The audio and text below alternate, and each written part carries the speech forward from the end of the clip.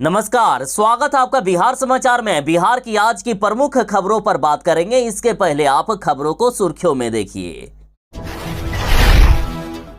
बिहार में दूसरे चरण की शिक्षक बहाली प्रक्रिया शुरू हो रही है। 1,10,000 पदों पर आप 3 नवंबर 2023 से ऑनलाइन आवेदन कर सकते हैं, जबकि परीक्षा दिसंबर में होगी। मुख्यमंत्री नीतीश कुमार जी 2 नवंबर को शिक्षक अभ्यर्थियों को नियुक्ति पत्र देंगे। तो आखिर किन शिक्षक अभ्यर्थियों को गांधी मैदान आना है और कब से स्कूल में योगदान करना है, ये सारे चीज क्लियर कर दिए गए। तेजस्वी यादव बिहार की नौकरियां अब दूसरे राज्य वालों को बांट रहे हैं। तो इस पर जीतनराम मांझी ने कहा कि वोट दे बिहारी और नौकरी पाए बाहरी, ऐसा नहीं चलेगा। बिहार में डोमिसाइल पॉलिसी लागू हो। के पाठक के आदेश के बाद बिहार के सरकारी स्कूलों से अब तक 22 लाख बच्चों के नाम काट दिए गए हैं। बिहार के नए शिक्षकों को स्कूल सॉफ्टवेयर के माध्यम से मिलेगा। नवनियुक्त शिक्षकों को पहले दूरस्थ स्कूल दिया जाएगा। पहले दूर के स्कूलों की रिक्तियां भरी जाएगी। देश के प्रधानमंत्री नरेंद्र मोदी पर बरसे लालू यादव और कहा कि किसान बर्बाद हो गए हैं, देश में मचा है हाहाकार। बीजेपी नेता ने कहा कि बिहार में केवल हत्या, लूट और डकैती, बिना घूस दिए यहां आवास योजना तक नहीं मिलता है। के पाठक के आदेश के बाद सरकारी स्कूलों से लड़कियों का नाम काट दिया गया है। तो अब सड़क पर उतरकर लड़कियां बोली कि स्कूल आने पर छेड़ते हैं लड़के, नहीं होती है पढ़ाई, इसलिए स्कूल नहीं आते थे। बिहार के जिन शिक्षक अभ्यर्थियों को लगता है कि 1,70,000 शिक्षक बहाली में बीपीएससी के द्वारा धांधली की गई है, तो वे अब रिजल्ट में गड़बड़ी का शिकायत सीधा बीपीएससी में दर्ज करा सकेंगे। बिहार के 22 जिलों में ठंड बढ़ गई है और अगले एक सप्ताह के अंदर पूरे बिहार में कड़ाके की ठंड की शुरुआत हो जाएगी। बिहार के मुख्यमंत्री नीतीश कुमार जी नियमों की धज्जियां उड़ा रहे हैं। उस गाड़ी से घूम रहे हैं जिसका पिछले 5 सालों से इंश्योरेंस फेल है। लालू यादव की पार्टी राजद ने मां दुर्गा को लेकर विवादित बयान दे दिया। कहा कि मां दुर्गा का कोई अस्तित्व ही नहीं है, वे सिर्फ मनगढ़ंत कहानियां हैं। तो आज की महत्वपूर्ण खबरों को विस्तार से बात करने से पहले आपसे एक छोटी सी अनुरोध है, कृपया वीडियो को एक प्यारा सा लाइक अवश्य कर दीजिएगा। आपका लाइक करना ही हमारी मेहनत का फल होता है। बिहार के शिक्षक अभ्यर्थियों के लिए सबसे बड़ी खबर है। बिहार के युवा ध्यान दें, बिहार में दूसरे चरण की शिक्षक बहाली का नोटिफिकेशन कब आएगा, ये डेट अब निकाल दिया गया है। देखिए, शिक्षा विभाग की तरफ से पत्र जारी कर दिया गया कि 1,10,000 पदों पर फिर से शिक्षकों की बहाली की जाएगी। तो आखिर कब विज्ञापन आएगा, कब परीक्षा होगी, देखिए सब कुछ क्लियर कर दिया गया है। शिक्षा विभाग के पत्र में कहा गया कि 3 नवंबर से आप आवेदन कर सकते हैं। तो वहीं परीक्षा का आयोजन 7 दिसंबर से किया जा सकता है। आप बिहार लोक सेवा आयोग यानी बीपीएससी के द्वारा जारी किया गया ये पत्र भी देखिए, जिसमें से कहा गया कि मध्य विद्यालय यानी 6ठी से लेकर 8वीं, माध्यमिक यानी 9वीं से लेकर 10वीं एवं उच्च माध्यमिक यानी 11वीं से लेकर 12वीं क्लास की शिक्षक भर्ती संबंधित ऑनलाइन आवेदन करने की प्रक्रिया 3 नवंबर 2023 से लेकर 14 नवंबर 2023 तक है। तो वहीं इसकी परीक्षा का आयोजन 7 दिसंबर 2023 से लेकर 10 दिसंबर 2023 तक किया जाएगा। वैसे इस बार 70,000 पदों पर बहाली होनी थी, लेकिन इस बार 1,70,000 शिक्षक बहाली में 40,000 पद खाली रह गए हैं, जिसे जोड़कर टोटल 1,10,000 पदों पर शिक्षकों की बहाली की जाएगी। बिहार के शिक्षा विभाग में खलबली सी मची हुई है। शिक्षा विभाग के अपर मुख्य सचिव के पाठक के आदेश के बाद सरकारी स्कूल से काट दिए गए हैं 22 लाख बच्चों के नाम, और इनमें तो 1.5 लाख बच्चे इस बार बोर्ड की परीक्षा देने वाले थे, जिस पर विपक्ष की भी नजर लगातार बनी हुई है। देखिए, शिक्षा विभाग के अपर मुख्य सचिव के पाठक के निर्देश के बाद सिर्फ 1.5 महीने के अंदर सरकारी विद्यालयों से कक्षा 1 से लेकर 12वीं तक के करीब 22 लाख बच्चों के नाम रद्द कर दिए गए। इतने बच्चों के नाम काट दिए गए स्कूल से। ये बच्चे 15 दिनों से भी ज्यादा समय तक या तो स्कूल में अनुपस्थित थे या 75% इनकी उपस्थिति नहीं थी। और इनमें 9वीं से लेकर 12वीं बोर्ड में सम्मिलित होने वाले बच्चों की संख्या 2,66,564 है। पटना जिले में ही 97,369 विद्यार्थियों का नामांकन रद्द किया गया है। बिहार के शिक्षक अभ्यर्थियों के लिए बड़ी खबर है। 2 नवंबर को मुख्यमंत्री नीतीश कुमार जी बिहार के 1,20,336 शिक्षक अभ्यर्थियों को नियुक्ति पत्र देने वाले हैं और इनमें भी 25,000 शिक्षकों को गांधी मैदान में मुख्यमंत्री नीतीश कुमार जी नियुक्ति पत्र सौंपेंगे। शेष शिक्षकों को काउंसलिंग वाले जिलों में ही उनको नियुक्ति पत्र दे दिया जाएगा। तो आखिर किन जिलों के अभ्यर्थियों को गांधी मैदान आना है? तो देखिए, पटना, नालंदा और वैशाली के सभी चयनित शिक्षक अभ्यर्थियों को गांधी मैदान आना होगा, जबकि बिहार के इन जिलों के चुनिंदा शिक्षक अभ्यर्थी ही गांधी मैदान आएंगे। और ये जिले हैं भोजपुर, बक्सर, रोहतास, गया, जहानाबाद, अरवल, औरंगाबाद, नवादा, शेखपुरा, जमुई, लखीसराय, मुंगेर, बेगूसराय, खगड़िया, दरभंगा, मधुबनी, समस्तीपुर, मुजफ्फरपुर, सीतामढ़ी, शिवहर, पूर्वी चंपारण, सारण, गोपालगंज व सिवान।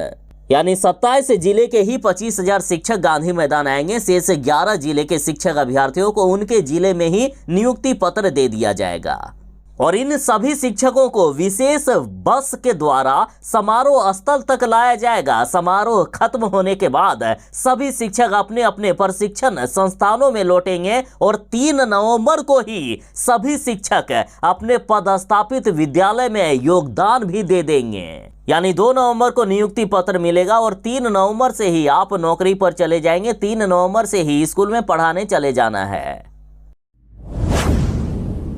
जीतनराम मांझी ने कहा है कि वोट दे बिहारी और नौकरी पाए बाहरी, ऐसा नहीं चलेगा। बिहार में डोमिसाइल नीति हटाकर नीतीश सरकार ने सबसे बड़ा गुनाह कर दिया है। देखिए, बिहार में हुए 1,70,000 शिक्षक बहाली में डोमिसाइल पॉलिसी को हटाकर बिहार सरकार ने दूसरे राज्य वालों को नौकरी दे दी। जो बिहार वालों को नौकरी मिलनी थी वो आज दूसरे राज्य वालों को मिल रहा है। चुनाव के समय जिस तेजस्वी यादव और नीतीश कुमार जी ने बिहार में डोमिसाइल पॉलिसी लागू करने का घोषणा की थी, उसी ने आखिर जनता को धोखा दे दिया। देखिए, इस बार के शिक्षक बहाली में जो रिजल्ट आया है उसमें 14,500 दूसरे राज्य वालों को प्राइमरी में नौकरी मिल गई है। जीतनराम मांझी ने कहा कि बिहार के पढ़े लिखे युवा मजदूरी करे दूसरे राज्यों में और बिहारियों के हिस्से की सरकारी नौकरी आप बेच दें लैंड फॉर जॉब और मनी फॉर जॉब के तहत।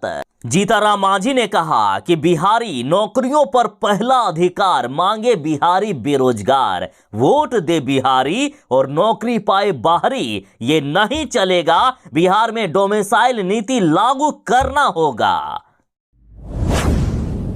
2 नवंबर को बिहार के शिक्षक अभ्यर्थियों को नियुक्ति पत्र दिया जाएगा और नए शिक्षकों की स्कूलों में तैनाती सॉफ्टवेयर के माध्यम से किया जाएगा। मतलब किस शिक्षक को कौन सा स्कूल मिलेगा ये सॉफ्टवेयर तय करेगा। इसमें शिक्षा विभाग के अधिकारियों और कर्मियों की कोई भी दखलंदाजी नहीं होगी। अब यहाँ सवाल ये बनता है कि पहले किस शिक्षक को कौन से स्कूल आवंटित किए जाएंगे या किन शिक्षकों को दूर का स्कूल मिलेगा और किसे सामने का। तो देखिए, नए शिक्षकों को जो स्कूल मिलेगा उनमें से पहले भरे जाएंगे दूरस्थ स्कूलों की रिक्तियां। देखिए, 1,20,336 विद्यालय अध्यापकों को स्कूल का आवंटन सॉफ्टवेयर के जरिए रेंडमली किया जाएगा। मतलब किसी भी शिक्षक को कोई भी स्कूल दिया जा सकता है। यहाँ विद्यालय अध्यापकों की अपनी कोई भी चॉइस, अपनी कोई भी मर्जी नहीं चलने वाली है। शिक्षा विभाग भी इसमें कुछ नहीं कर सकता है। इस सॉफ्टवेयर में सारा डाटा पहले से अपलोड कर दिया गया है। किसी भी शिक्षक की कोई भी यहाँ चॉइस नहीं चलने वाली है।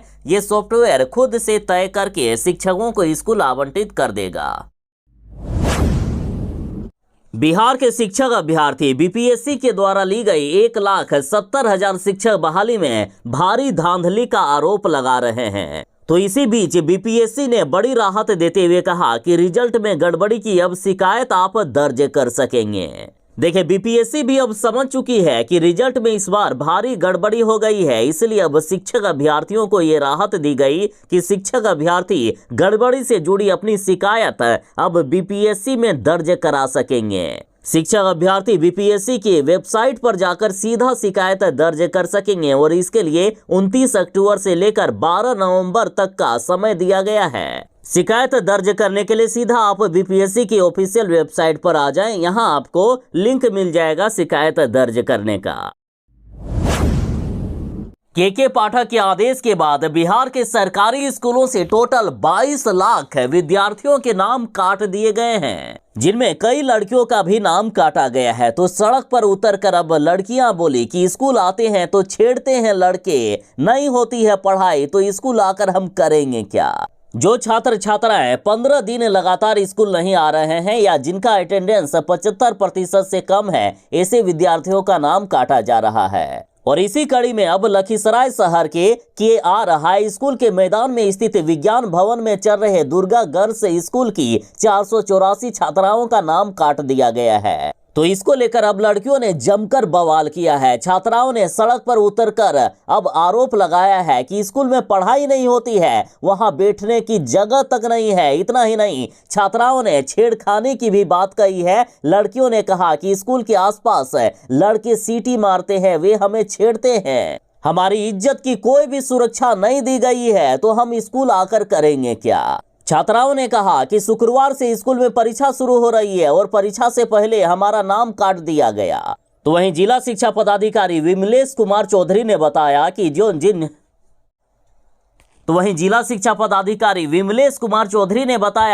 जिन छात्राओं का नाम काटा गया है, यदि वे शपथ पत्र लेकर आएंगे तो उनका दोबारा नामांकन कर दिया जाएगा।